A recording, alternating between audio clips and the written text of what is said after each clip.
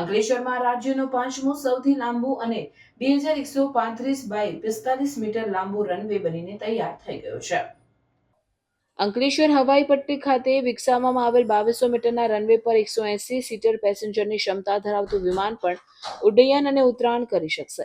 Gujarat cell અમદાવાદની રાહબરી હેઠળ અંકલેશ્વર માર્ગ અને મકાન વિભાગની દેખરેખ હેઠળ પ્રથમ તબક્કાની કામગીરી પૂર્ણ થતા હવે પ્રથમ તબક્કામાં કાર્ગો વિમાન ઉડાન ભરશે.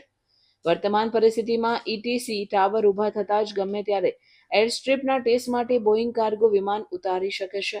અંકલેશ્વર ભરૂચ શહેરને જોડતા અને સુરક્ષિત રનવે ધરાવતા એરસ્ટ્રીપ બને છે.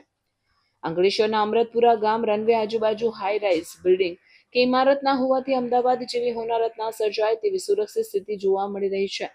ગુજરાત રાજ્યનું 5મું સૌથી હવાઈ પટ્ટી ભરૂચમાં બનશે. 2.5 કિલોમીટર લાંબી એરસ્ટ્રીપ તૈયાર થશે. તેના પર બોઈંગ 737 અને એરબસ 321 ઉડાન ભરી શકશે. સૌ પ્રથમ કાર્ગો સેવા શરૂ કરવામાં આવશે. પ્રથમ ફેઝમાં એરસ્ટ્રીપ અંદાજે 90 કરોડના ખર્ચે પ્રોજેક્ટ પૂર્ણ થયો છે. હવે બીજા ફેઝમાં એર રિપેરિંગ સેન્ટર, હેંગર તેમજ એર સુવિધા લગતી અન્ય કામગીરી શરૂ થશે. અંગે ધારાસભ્ય રમેશભાઈ મિસ્ત્રીએ જણાવ્યું હતું કે એરસ્ટ્રીપની પ્રથમ ફેઝની કામગીરી પૂર્ણ થઈ છે. ટૂંકમાં ફેઝ 2 અને 3ની કામગીરી થશે. ત્યારે જિલ્લાવાસીઓની અનેક રજૂઆતો છે અને વિધાનસભામાં પણ પેસેન્જર વિમાન ભરૂચ જિલ્લામાં ઉડ્ડયન ભારે તેવી રજૂઆત છે. તે માટે જિલ્લાના ધારાસભ્ય અને સંસદ સભ્ય પ્રયત્નશીલ છે. તો ઉદ્યોગ અગ્રણી મહેશ પટેલે જણાવ્યું કે એરસ્ટ્રીપ ચાલુ થાય તો ઉદ્યોગો નવી ઉડાન ભરી શકશે. દેશ વિદેશ સાથે આયાત નિકાસનો માર્ગ ખુલશે તેમજ ભવિષ્યમાં અહીં મુસાફરો માટે પેસેન્જર વિમાન ઉડ્ડયન ભારે તેવી રજૂઆત કરી છે. રાજ્ય અને દેશના ગ્રોથ એન્જિન એવા ભરૂચ જિલ્લા માટે એર સુવિધા ખૂબ જ જરૂરી હતી, જે ભરૂચવાસીઓનું સપનું સાકાર થવા સાથે એરપોર્ટ જે સ્થળ બન્યું છે તેને રોડ કનેક્ટિવિટી સાથે સુરક્ષિત વિમાન મથક પણ મળી રહેશે. ભવિષ્યમાં આનો ઉપયોગ પબ્લિક માટે થાય એવી પણ અમારી ઈચ્છા ખરી, કારણ કે 5 ટ્રિલિયનર ઇકોનોમી માટે ભારત સરકારના જે પ્રયત્નો છે એમાં સુરત રિજિયનમાં ભરૂચ જિલ્લો આવે છે અને ભરૂચ જિલ્લામાં 45,000 હેક્ટર PCPR ઝોન છે, ઝઘડિયા છે, અંકલેશ્વર છે, પાનોલી છે અને નાના બાકીના એસ્ટેટ પ્રાઇવેટ પણ છે. તો આ બધા ડેવલપમેન્ટ માટે કાર્ગોથી જે અમારે ઝડપી માલ મોકલવાનો હોય એ કોન્સ્ટન્ટ ટ્રાફિક મળવાથી સસ્તો પણ પડશે અને અમે બોમ્બે મોકલીએ તો જે ભાડું એક્સ્ટ્રા થાય એ બધાની બચત થશે. ઇમ્પોર્ટ એક્સમાં ફાયદો થશે. 5 ટ્રિલિયનર ઇકોનોમી માટે પણ આનો ખૂબ જ ઉપયોગ થશે.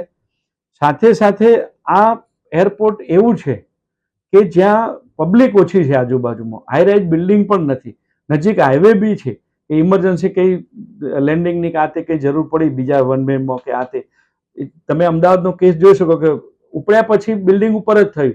બાજુમાં આવો હાઈવે તરત જ હોય તો પબ્લિક તરત જ કંટ્રોલ કરીને પણ ઓછા એક્સિડન્ટે મતલબ ઓછી પબ્લિકે નુકસાને પણ કંટ્રોલ કરી શકાય. એટલે ફિઝિબિલિટી બહુ જ સરસ છે અને તમે વર્લ્ડ લેવલના અમેરિકા કે બધાને કમ્પેરિઝન કરો તો એરપોર્ટ ડેવલપમેન્ટ પછી એનું સાથે સાથે ઇન્ફ્રાસ્ટ્રક્ચર ડેવલપમેન્ટ પછી દેશનો વિકાસ કેવો થયો છે.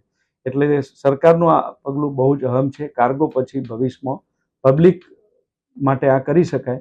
નજીકમાં સ્ટેચ્યુ ઓફ યુનિટી પણ છે તો અહીંથી લોકોને જવાનું સરળ. દિલ્હી અને અમદાવાદવાળાએ અંકલેશ્વર આવવું હોય તો સુરત અથવા બરોડા જવું પડે છે. જો આ સેવા અહીંયા પબ્લિકની પણ ભવિષ્યમાં ચાલુ થાય ટ્રાફિક સાથે સેવા પણ મળે અને લોકોની સગવડ પણ મળે.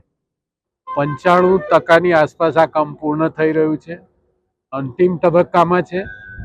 શરૂઆતમાં જ્યારે આ કામ રાજ્ય સરકારે હાથમાં લીધું ત્યારે કાર્ગો માટે નક્કી થયેલું હતું.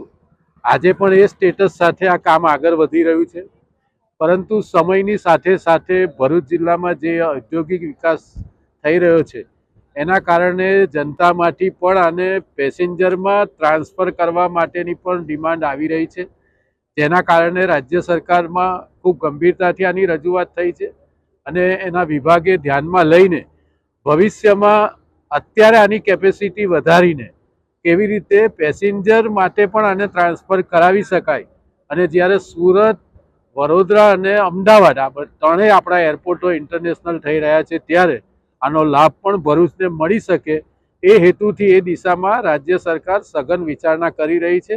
પરંતુ નિર્ણાયક તબક્કામાં કામગીરી છે અને ટૂંક સમયમાં આ કામગીરી પૂર્ણ થશે. વિધાનસભાના ગયા વર્ષના સત્રમાં પણ રાજ્ય સરકારમાં આ એરપોર્ટનો વિસ્તૃત અહેવાલ રજૂ થયો છે અને એના કારણે આ કામ લગભગ એવું લાગે છે કે આગામી 3-4 મહિનામાં પૂર્ણ થશે અને લોકોની સેવામાં ઉપલબ્ધ થશે.